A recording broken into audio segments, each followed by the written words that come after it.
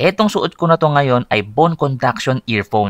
At kahit hindi nakapasok itong earbuds na to directly dito sa aking tenga, rinig na rinig ko pa rin yung music na tumutugtog dito at malakas. Ito po yung Lenovo Eraser XF22. Pero kahit malakas, hindi masakit sa ulo, hindi masakit sa tenga at hindi nakakahilo. At ang kagandahan, kahit nasa kalsada ako, rinig ko pa rin yung nasa paligid ko. Hindi ako mabubundol ng mga sasakyan dahil maririnig ko pa rin yung mga bosina nila at maririnig ko rin yung mga tumatawag sa akin sa likod. Kapag isusuot po natin ito, dito lang po yan. Nakadikit po dito yan dito sa cheek natin. Dito mismo sa tapat ng buto. At nagpapatugtog na tayo ng sound. Nagtatransmit na po ito ng sound vibration sa inner ear natin sa pamamagitan nitong cheekbone natin. Binabypass na po nito yung eardrum natin at yung outer ear canal natin. So ang mas maganda, i-search nyo na lang po sa Google, nanduron po yung buong detalye nito. Basta kung titingnan po natin yung logic, maiiwasan natin mabingi ng tuluyan dahil nga hindi nakapasok itong earbuds na to directly dito sa ating tenga. Unlike dun sa mga earphones na talagang dapat nakapasok dito sa mga tenga natin, nako, delikado sa eardrums yan. Actually, perfect na perfect to sa mga taong mahihilig sa esports eh. Kung tumatakbo ka sa kalsada, maririnig mo yung mga sasakyan na nasa likod mo. Kapag ka bumusin na, makakaiwas ka kasi maririnig mo pa rin sila. Kung nag-gym ka naman, maririnig mo rin yung mga kasama mo sa gym. Lalo na kung pawisin ka, eto, hindi ka masyadong maiinitan dito. Kapag nasa kalsada ka, maiiwasan mo yung disgrasya. Makakapakinig ka ng favorite mong music, pero magiging aware ka pa rin sa tunog ng paligid mo. Hindi lang to pang music ha, pwede mo rin tong gamitin sa call. Ito yung button ng pagsagot at pag-drop ng call. May volume up din dito at volume down. Ang maganda, rechargeable siya mga kaibigan. Ito yung port niya for charging. Meron ng kasamang USB cable Type-C at sa package meron ding foam dito para sa tenga mo. Kung ikaw gusto mo nang i-level up yung earphone mo sa kapakikinig ng music mo, eto mga kaibigan yung perfect sa'yo.